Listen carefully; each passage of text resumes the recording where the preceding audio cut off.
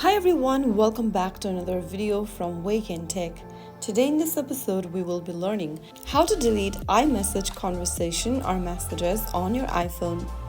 If you want to keep your messages organized for some free space, then let's get started.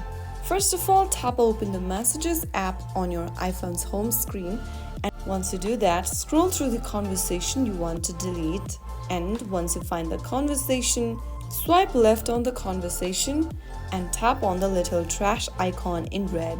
Click on Delete button once again in the pop-up in order to delete your entire conversation.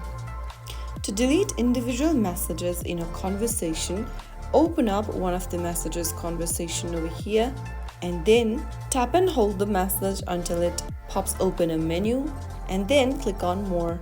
Now once you click on More, the conversation will be selected.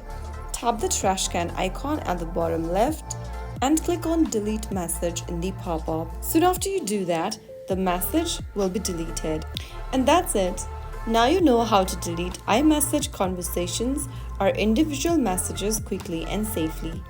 If you found the video helpful, don't forget to like, share and subscribe to the channel. I will be back again in the next episode. Thanks for watching.